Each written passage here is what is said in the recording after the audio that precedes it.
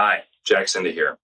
I want to talk to you today about what your rights and responsibility are if you were hurt in a meatpacking facility, such as a poultry plant, a meatpacking plant, or some other facility like that. These are what are called workplace injury cases.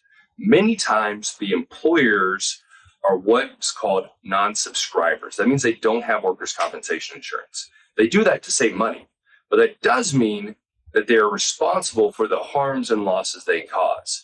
Now, many times these companies, if you're hurt on the job, let's say you're working on the line and a piece of metal impales your hand, or let's say you fall and hurt your knee really badly, or another employee injures you with a forklift, you are able to make a claim against your employer in that instance, and they're responsible for the harms and losses that they caused. Now, many times they'll have a nurse on staff, and the nurse's main job is to prevent you from going to the hospital. We've had situations where they actually threatened to fire people if they actually went to the emergency room.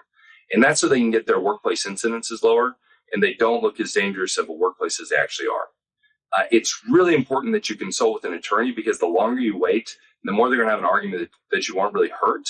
And they're going to try to get you back out on the line as soon as possible so they can say, hey, they weren't hurt that bad. Look, they're back working tomorrow.